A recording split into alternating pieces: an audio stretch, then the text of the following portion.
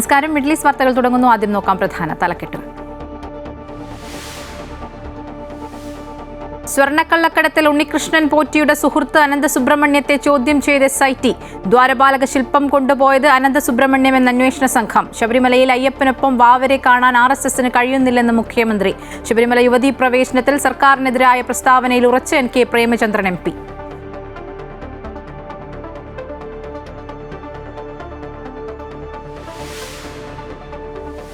തദ്ദേശ തെരഞ്ഞെടുപ്പിന് മുന്നോടിയായി സംസ്ഥാനത്ത് ക്ഷേമ പെൻഷൻ വർദ്ധിപ്പിക്കാൻ സർക്കാർ. 200 രൂപ വർദ്ധിപ്പിച്ച് 1800 ആക്കാൻ ധനവകുപ്പ്. പ്രഖ്യാപനം കേരളപ്പിറവി ദിനത്തിൽ ഉണ്ടാകുമെന്ന് സൂചന.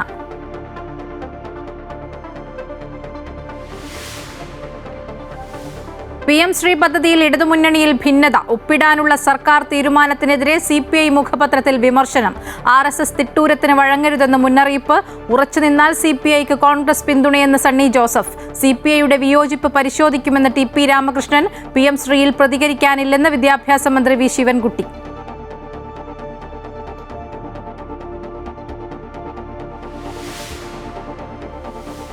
ദീപാവലി ആഘോഷ നിറവിൽ രാജ്യം. ആശംസകൾ നേർന്ന രാഷ്ട്രപതി ദ്രൗപദി മുർമു.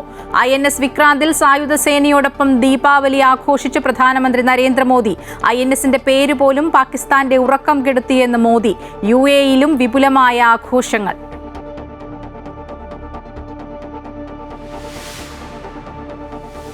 സംസ്ഥാന സ്കൂൾ കായികമേളയ്ക്കൊരുങ്ങി തലസ്ഥാനം. ഒളിമ്പിക്സ് മാതൃകയിലുള്ള മത്സരങ്ങൾക്ക് നാളെ തിരിതെളിയും. പങ്കെടുക്കുന്നത് 1.25 ലക്ഷത്തോളം താരങ്ങൾ. അണ്ടർ-20 ലോകകപ്പ് ഫുട്ബോൾ കിരീടം മൊറോക്കോയ്ക്ക്. ഫൈനലിൽ അർജന്റീനയെ തകർത്തത് എതിരില്ലാത്ത 2 ഗോളുകൾക്ക്.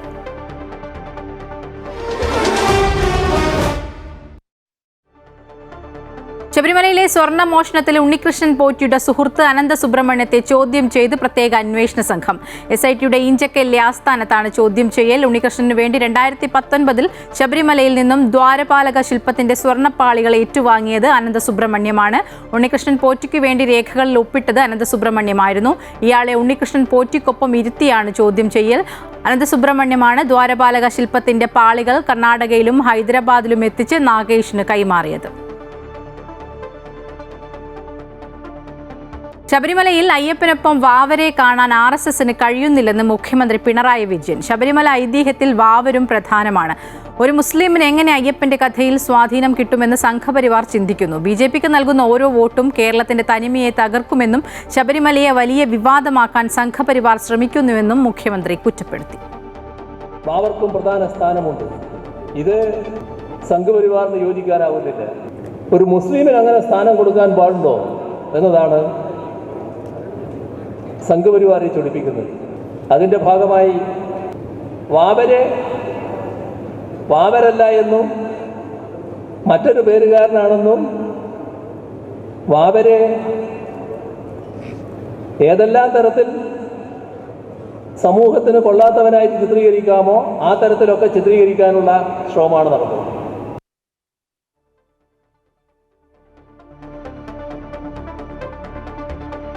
ശബരിമല വിഷയത്തിൽ ഉണ്ണികൃഷ്ണൻ പോറ്റിയുടെ അറസ്റ്റ് വൈകിയെന്ന് KPCC പ്രസിഡന്റ് സണ്ണി ജോസഫ്. ഇതുവരെ തൊണ്ടി മുതൽ കണ്ടെത്തിയിട്ടില്ല.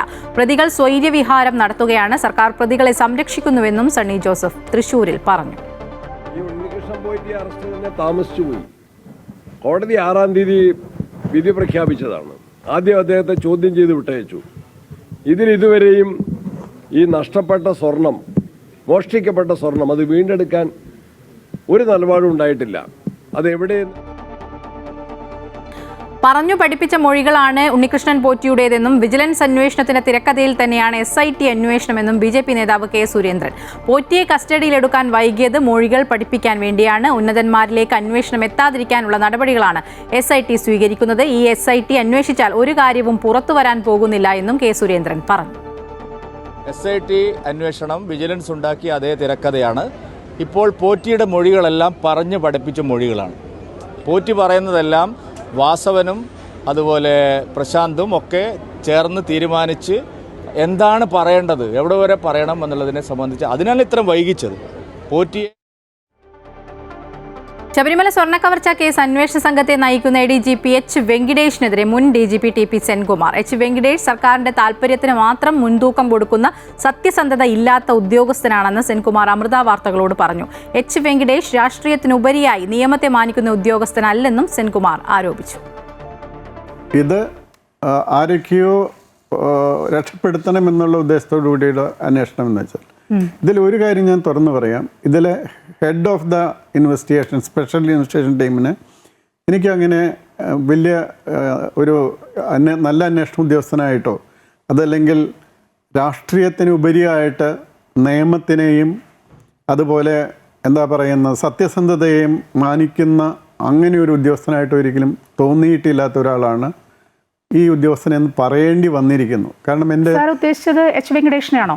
തീർച്ചയായിട്ടും. കാരണം അത് എനിക്ക് അറിയാനിടയായത് മറ്റ് ഞാൻ റിട്ടയർ ചെയ്തതിന് ശേഷമാണ് അങ്ങനെയുള്ള ചില കാര്യങ്ങൾ എനിക്ക് അറിയാനിടയായത്.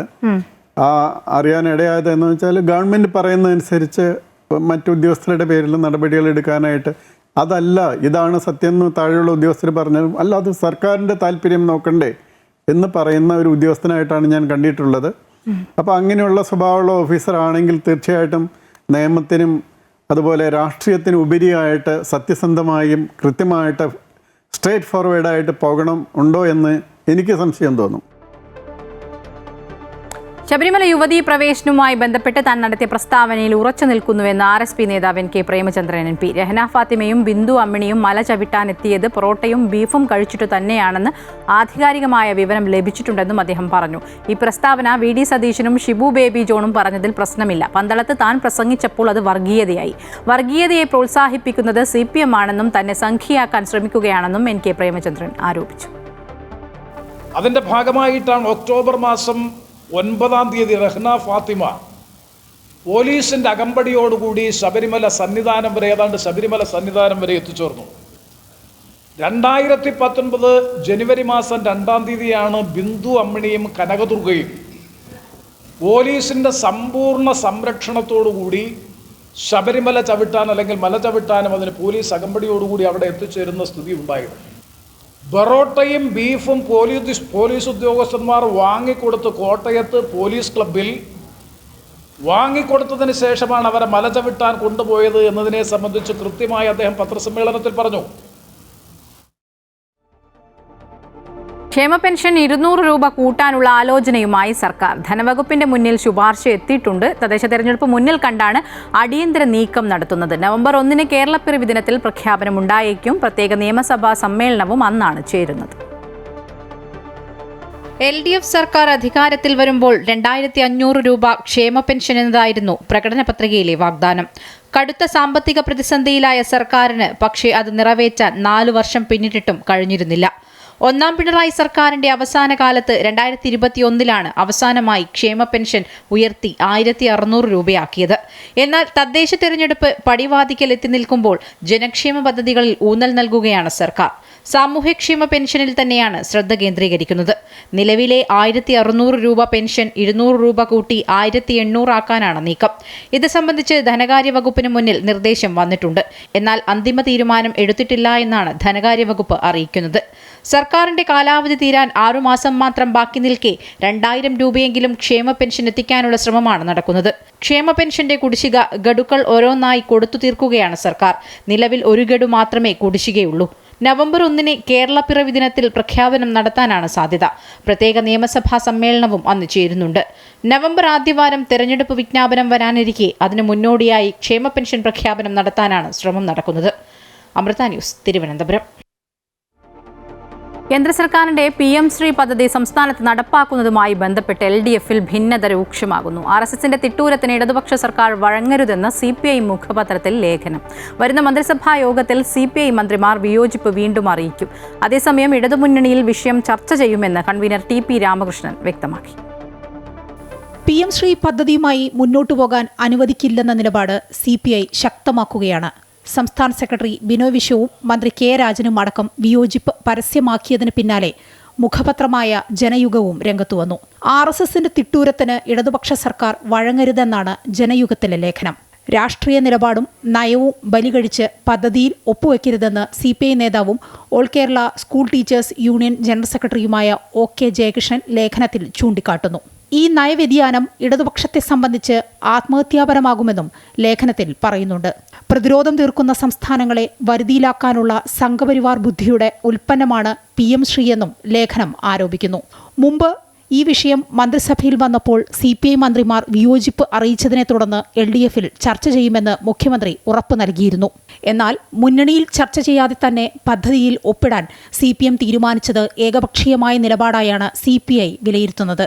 അതേസമയം CPIയുടെ പ്രതിഷേധം കടുത്തതോടെ വിഷയം മുന്നണിയിൽ ചർച്ച ചെയ്യുമെന്ന് LDF കൺവീനർ TP രാമകൃഷ്ണൻ വ്യക്തമാക്കിയിട്ടുണ്ട്. PM ശ്രീ പദ്ധതിയെ സംബന്ധിച്ച് CPMഉം അതിന്റെ നിലപാട് വ്യക്തമാക്കിയിട്ടുണ്ട്. ഈ പുതിയ വിദ്യാഭ്യാസ പദ്ധതി ദേശീയ തലത്തിൽ നടപ്പിലാക്കുന്നതിനോട് അതിലുള്ള പലതിനോടും നമുക്ക് വിയോജിപ്പുണ്ട്. അതൊരു യാഥാർത്ഥ്യമാണ്. വിദ്യാഭ്യാസ മേഖലയിൽ ഈ SSK എന്ന ഒരു പദ്ധതി ഇപ്പോൾ നടപ്പിലാക്കി വരുന്നുണ്ടല്ലോ. എല്ലാ സ്കൂളുകളും നിരവധി പദ്ധതികളാണ് BRCയുടെ നേതൃത്വത്തിൽ നടപ്പിലാക്കി വരുന്നത്.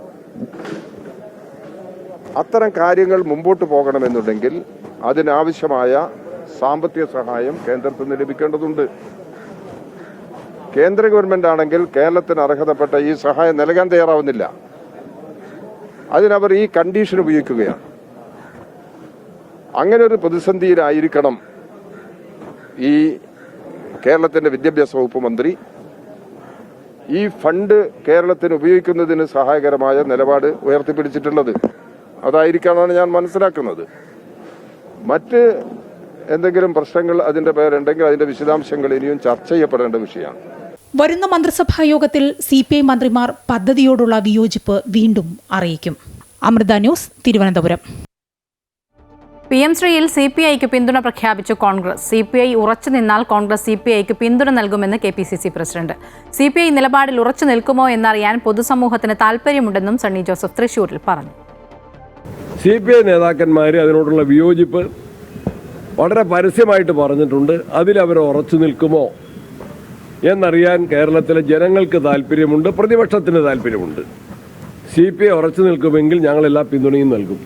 ആ കാര്യത്തിൽ CPI പലപ്പോഴും പല വിഷയങ്ങളും പറയാറുണ്ട്. പിന്നീട് അവർ അത്തരം വിഷയങ്ങൾ ഉപേക്ഷിക്കാറ് പതിവാണ്. CPMന്റെ ഒരു വലിയേട്ടൻ മനോഭാവമാണ് LDFൽ ഇപ്പോൾ നടപ്പിലാക്കിക്കൊണ്ടിരിക്കുന്നത്.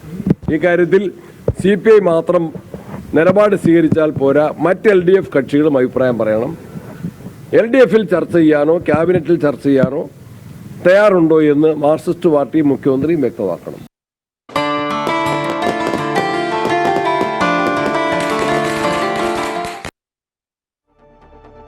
നാവികസേനയ്ക്കൊപ്പം ദീപാവലി ആഘോഷിച്ച് പ്രധാനമന്ത്രി. സൈനിക വേഷത്തിലായിരുന്നു പ്രധാനമന്ത്രി ആഘോഷങ്ങളുടെ ഭാഗമായത്. ഓപ്പറേഷൻ സിന്ദൂർ സമയത്ത് INS വിക്രാന്ത് എന്ന് പേരുകേട്ടാൽ പാകിസ്ഥാന് ഉറക്കം നഷ്ടമാകുമായിരുന്നു എന്ന് പ്രധാനമന്ത്രി നാവികസേന ഉദ്യോഗസ്ഥരെ അഭിസംബോധന ചെയ്തുകൊണ്ട് പറഞ്ഞു. രാഷ്ട്രപതി ദ്രൗപദി മുർമുവും ദീപാവലി ആശംസകൾ നേർന്നു.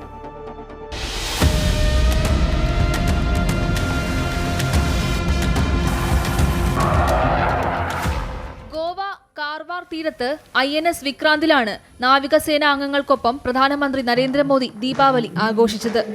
സൈനിക വേഷത്തിലാണ് മോദി നാവിക ഉദ്യോഗസ്ഥരെ അഭിസംബോധന ചെയ്തത്. സൈനികർക്കൊപ്പം ദീപാവലി ആഘോഷിക്കാൻ അവസരം ലഭിച്ചത് ഭാഗ്യമെന്ന് പറഞ്ഞ മോദി സൈനികരുടെ സമർപ്പണത്തെയും ത്യാഗത്തെയും പുകഴ്ത്തി. INS വിക്രാന്ത് രാജ്യത്തിന്റെ പ്രതിബദ്ധതയുടെ തെളിവാണെന്നും പ്രധാനമന്ത്രി. INS विक्रांत पर बिताई कल की रात इस अनुभव को शब्दों में कहना कठिन है. मैं देख रहा था जो उमंग उत्साह से आप भरे हुए थे, और जब मैंने देखा कि आपने स्वरचित गीत गाए कल, और शायद आपने गीतों में जिस प्रकार से ऑपरेशन सिंदूर का वर्णन किया. എല്ലാ വർഷവും ദീപാവലി സൈനികർക്കൊപ്പം ആഘോഷിക്കുന്നതാണ് പ്രധാനമന്ത്രിയുടെ പതിവ്. രാജ്യത്തെ എല്ലാവർക്കും ദീപാവലി ആശംസകൾ പ്രധാനമന്ത്രി നേർന്നു. ദീപങ്ങളുടെ ഉത്സവം നമ്മുടെ ജീവിതത്തെ ഐക്യത്താലും സന്തോഷത്താലും സമൃദ്ധിയാലും പ്രകാശിപ്പിക്കട്ടെ എന്നും ആശംസിച്ചു. രാഷ്ട്രപതി ദ്രൗപദി മുർമുവും ദീപാവലി ആശംസകൾ നേർന്നു. സഹായവും പിന്തുണയും നൽകാനുള്ള അവസരമായി കൂടി ദീപാവലിയെ മാറ്റണമെന്നും പരിസ്ഥിതിക്ക് ദോഷം വരാതെ ദീപാവലി ആഘോഷിക്കാൻ കഴിയട്ടെ എന്നും രാഷ്ട്രപതി പറഞ്ഞു. News desk, Amrita TV. UAE-യിലെ ഇന്ത്യൻ പ്രവാസികൾ ദീപാവലി ആഘോഷത്തിമിർപ്പിലാണ്. UAE രാഷ്ട്ര നേതാക്കൾ പ്രവാസികൾക്കും ലോകമെമ്പാടും ദീപാവലി ആഘോഷിക്കുന്നവർക്കും ആശംസകൾ നേർന്നു. ദുബായിൽ ഇന്ത്യൻ സിലബസ് പിന്തുടരുന്ന മിക്ക സ്കൂളുകൾക്കും ഇന്ന് അവധി നൽകിയിരുന്നു. ഇന്ത്യക്ക് പുറത്ത് ഒരുപക്ഷെ ദീപാവലി ആഘോഷത്തിന്റെ പൂർണ്ണത കാണണമെങ്കിൽ ദുബായിലെത്തണം. കരാമ, ബർദുബായ്, അൽഖിസൈസ് തുടങ്ങി ഇന്ത്യൻ പ്രവാസികൾ താമസിക്കുന്ന റെസിഡൻഷ്യൽ പ്രദേശങ്ങൾ മുഴുവൻ കഴിഞ്ഞ കുറെ ദിവസങ്ങളായി ദീപാവലി വൈബിലാണ്. രാത്രി സമയത്ത് ഇവിടൊക്കെ എത്തിയാൽ ഏതെങ്കിലും ഇന്ത്യൻ നഗരപ്രദേശമാണെന്ന് തന്നെ തോന്നിപ്പോകും. അത്രയ്ക്കാണ് അലങ്കാരങ്ങളും ദീപാവലി ആഘോഷത്തിനായുള്ള ഒരുക്കങ്ങളും. UAE രാഷ്ട്ര നേതാക്കൾ ഇന്ത്യൻ പ്രവാസികൾക്കും ലോകമെങ്ങും ദീപാവലി ആഘോഷിക്കുന്നവർക്കും ആശംസകൾ നേർന്നു. UAE president Sheikh Muhammad bin Zayed Al Nahyan, vice പ്രസിഡന്റും പ്രധാനമന്ത്രിയും ദുബായ് ഭരണാധികാരിയുമായ Sheikh Muhammad bin Rashid Al Maktoum എന്നിവർ ആശംസകൾ പങ്കുവച്ചു. കഴിഞ്ഞ കുറെ വർഷങ്ങളായി ദുബായ് ടൂറിസം വകുപ്പിന്റെ ഔദ്യോഗിക ആഘോഷങ്ങളുടെ പട്ടികയിലും ദീപാവലി ഉൾപ്പെടുത്തിയിട്ടുണ്ട്. ഇന്ത്യൻ കോൺസുലേറ്റിന്റെ സഹകരണത്തോടെ ദുബായ് ടൂറിസത്തിന് കീഴിലുള്ള ഫെസ്റ്റിവൽസ് ആൻഡ് റീറ്റെയിൽ എസ്റ്റാബ്ലിഷ്മെന്റ് നഗരത്തിലെ വിവിധയിടങ്ങളിൽ ദീപാവലി ആഘോഷ പരിപാടികൾ ഒരുക്കിയിട്ടുണ്ട്. Things which you don't see in India, we see here. A community is taking a lot of efforts. Associations like Friends of India helps the community stay connected to the roots. Let me take this opportunity to wish all the viewers of Amrita TV a very happy Diwali. Enjoy, be happy.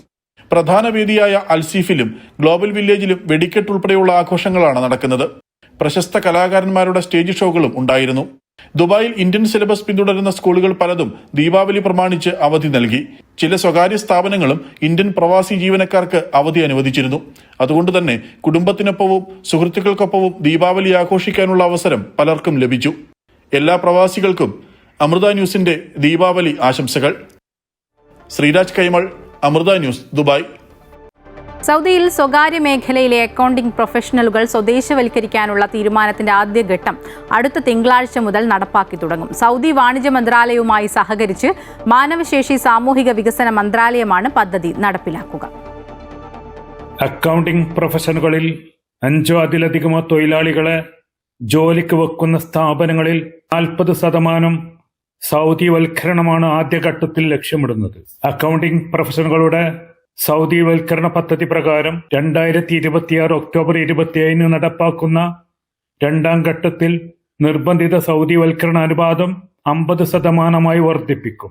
2027 October 27 മുതൽ നടപ്പാക്കുന്ന മൂന്നാം ഘട്ടത്തിൽ 60%, 2028 October 27 നിലവിൽ വരുന്ന നാലാം ഘട്ടത്തിൽ 70% സൗദിവൽക്കരണമാണ് നടപ്പാക്കുക. അതേസമയം 5-ൽ കുറവും 3-4 അക്കൗണ്ടന്മാരെ ജോലിക്ക് വെക്കുന്ന സ്ഥാപനങ്ങൾക്ക് 5-ാം ഘട്ടത്തിൽ 30% സൗദിവൽക്കരണം നിർബന്ധമാക്കും. സുൽഫിഖ്റദായ്, അമൃത ന്യൂസ്, ജിദ്ദ. UAE ഉന്നത വിദ്യാഭ്യാസ ശാസ്ത്ര ഗവേഷണ മന്ത്രാലയം വിദ്യാഭ്യാസ മേഖലയുമായി ബന്ധപ്പെട്ട പരസ്യങ്ങളുടെയും ക്യാമ്പയിനുകളുടെയും പരിശോധന കർശനമാക്കി.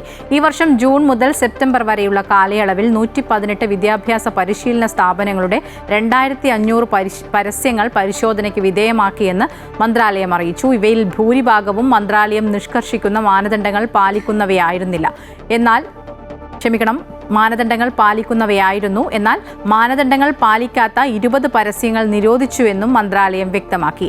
രാജ്യമെമ്പാടുമുള്ള തൊഴിലധിഷ്ഠിത പ്രായോഗിക വിദ്യാഭ്യാസ പരിപാടികളുടെ ഗുണനിലവാരം ഉറപ്പാക്കുക, തെറ്റിദ്ധരിപ്പിക്കുന്നതോ നിശ്ചിത മാനദണ്ഡങ്ങൾ പാലിക്കാത്തതോ ആയ പരസ്യങ്ങളും പ്രചാരണങ്ങളും തടയുക എന്ന ലക്ഷ്യത്തോടെയാണ് മന്ത്രാലയം കർശന പരിശോധന നടപ്പാക്കുന്നത്.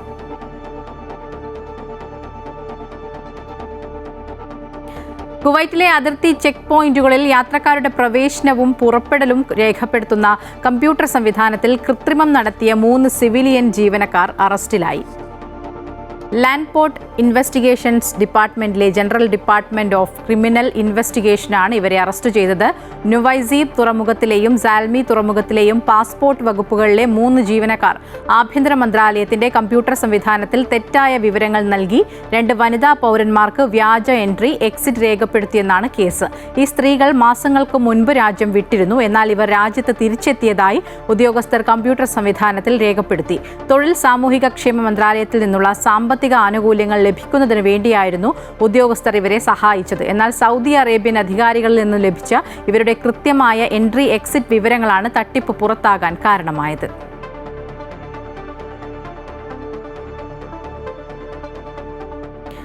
റിയാദ് പ്രവിശ്യയിലെ ദിരിയ, അൽഖർജ്, ദലം എന്നിവിടങ്ങളിലും തബൂക്ക് പ്രവിശ്യയിലും മക്ക പ്രവിശ്യയിലെ ജിദ്ദ, തുവൽ എന്നിവിടങ്ങളിലും സിവിൽ ഡിഫൻസ് നാളെ ഫിക്സ്ഡ് സൈറൻ ടെസ്റ്റ് നടത്തും. സാമൂഹിക അവബോധം വർദ്ധിപ്പിക്കാനും അടിയന്തര സാഹചര്യങ്ങൾ കൈകാര്യം ചെയ്യുന്നതിനുള്ള ഔദ്യോഗിക അലേർട്ടുകളോടുള്ള ജനങ്ങളുടെ പ്രതികരണം ഉറപ്പാക്കാനുമാണ് പരീക്ഷണം. ഉച്ചയ്ക്ക് 1 മണിക്ക് പുതിയ ബിഹേവിയർ ടോൺ വഴിയും ഉച്ചയ്ക്ക് 1:10 നാഷണൽ അലേർട്ട് ടോൺ വഴിയും ഉച്ചയ്ക്ക് 1:15 നിയുക്ത പ്രദേശങ്ങളിൽ ഫിക്സഡ് സൈറണുകൾ വഴിയും മുന്നറിയിപ്പ് സന്ദേശങ്ങൾ നൽകും. തെരഞ്ഞെടുത്ത പ്രദേശങ്ങളിലെ ഫിക്സഡ് സൈറണുകൾ പരീക്ഷിക്കുന്നതിനൊപ്പം നാഷണൽ എമർജൻസി ഏർലി വാർണിംഗ് പ്ലാറ്റ്ഫോമിൽ സെല്ലുലാർ ബ്രോഡ്കാസ്റ്റിംഗ് വഴി രാജ്യത്തുടനീളമുള്ള മൊബൈൽ ഫോണുകളിലേക്ക് വ്യക്തിഗതമായ ഓഡിയോ ടോണിനൊപ്പം മുന്നറിയിപ്പ് സന്ദേശങ്ങൾ അയക്കുകയും ചെയ്യും. കുവൈറ്റിലെ എല്ലാ പൊതു പാർക്കുകളിലും CCTV ക്യാമറകൾ സ്ഥാപിക്കാനൊരുങ്ങി public authority for agriculture affairs and fish resource. രാജ്യത്തെ പൊതു സൗകര്യങ്ങളുടെയും സുരക്ഷയും സംരക്ഷണവും വർദ്ധിപ്പിക്കുന്നതിന്റെ ഭാഗമായാണ് ഈ നീക്കം. സന്ദർശകരെ നിരീക്ഷിക്കുക, അനുചിതമായ പെരുമാറ്റങ്ങൾ തടയുക, പൊതുമുതൽ നശിപ്പിക്കുന്നത് തടയുക എന്നിവ ലക്ഷ്യമിട്ടാണ് ഈ പദ്ധതി. അടുത്ത വർഷം മുതൽ പദ്ധതി നടപ്പാക്കാനാണ് ലക്ഷ്യമിടുന്നതെന്ന് ഔദ്യോഗിക വൃത്തങ്ങൾ അറിയിച്ചു.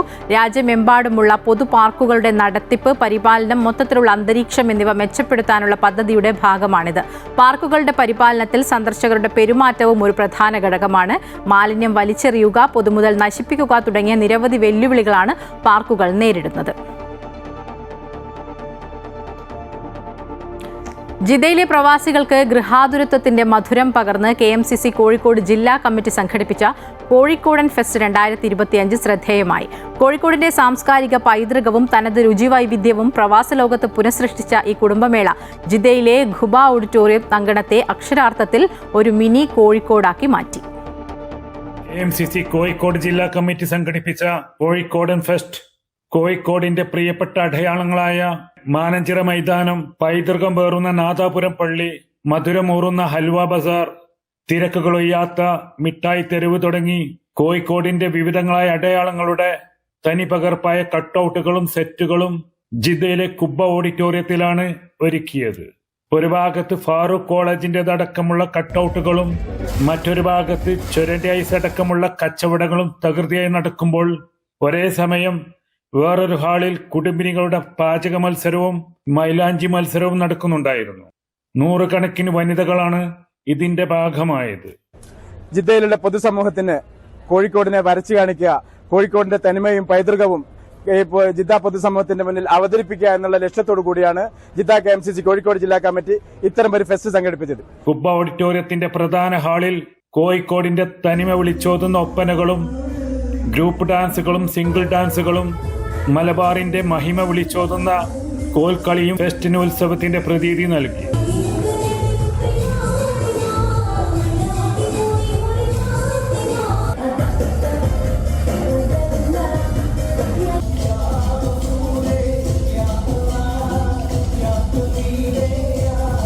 പ്രമുഖ സംഗീത സംവിധായകനും ഗായകനുമായ കൊച്ചിൻ ഷമീറും ജിദ്ദയിലെ ഗായകരും അണിനിരന്ന ഗാനവിരുന്നും അരങ്ങേറി. നിസാർ മടവൂർ അവതാരകനായിരുന്നു. KMCC national committee president Kunhimon Kakkiya fest ഉദ്ഘാടനം ചെയ്തു. ഇബ്രാഹിം കൊല്ലി ചടങ്ങിന്റെ അധ്യക്ഷത വഹിച്ചു. CK Razak master, VP Mustafa, VP Abdurahman, Ismail Mundakkulam എന്നിവർ സംസാരിച്ചു. ജില്ലാ ഭാരവാഹികളായ സൈനുൽ ആബിദീൻ, അബ്ദുസലാം OP, സുബൈർ വാണിമേൽ, ബഷീർ കീലത്ത്, ഷാഫി പുത്തൂർ തുടങ്ങിയവർ പരിപാടിക്ക് നേതൃത്വം നൽകി. സുൽഫീഖുറദായ്, അമൃത ന്യൂസ്, ജിദ്ദ. ഗൾഫ് മേഖലയിലെ ഏറ്റവും വലിയ ഇന്ത്യൻ പ്രവാസി സംഘടനയായ ഷാർജ ഇന്ത്യൻ അസോസിയേഷന്റെ ഇത്തവണത്തെ ഓണാഘോഷവും ജനപങ്കാളിത്തം കൊണ്ട് ശ്രദ്ധേയമായി. ഷാർജ എക്സ്പോ സെന്ററിൽ നടന്ന ആഘോഷ പരിപാടിയിലും സദ്യയിലും 25,000-ലധികം പേരാണ് പങ്കെടുത്തത്.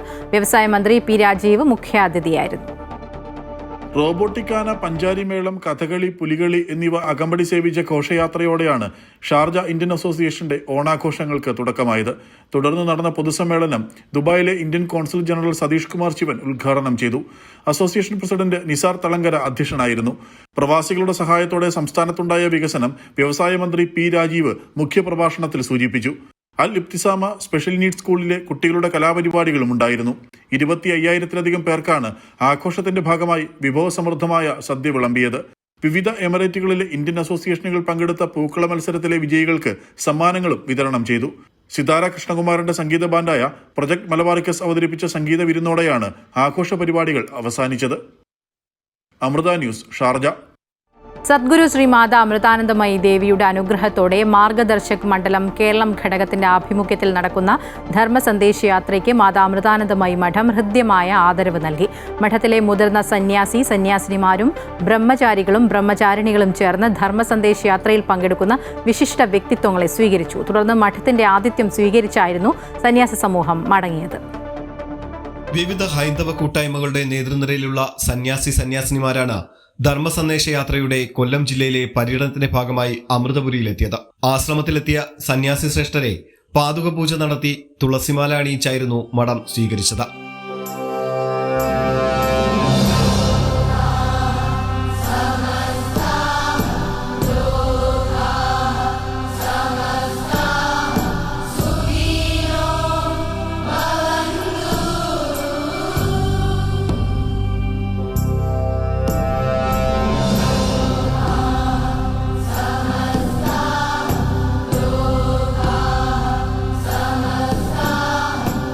മൂല്യച്യുതിക്കും അധാർമികതയ്ക്കുമെതിരെ മാർഗദർശക മണ്ഡലത്തിന്റെ നേതൃത്വത്തിലാണ് സന്യാസി ശ്രേഷ്ഠൻ നയിക്കുന്ന ധർമ്മസന്ദേശയാത്ര നടന്നുവരുന്നത്.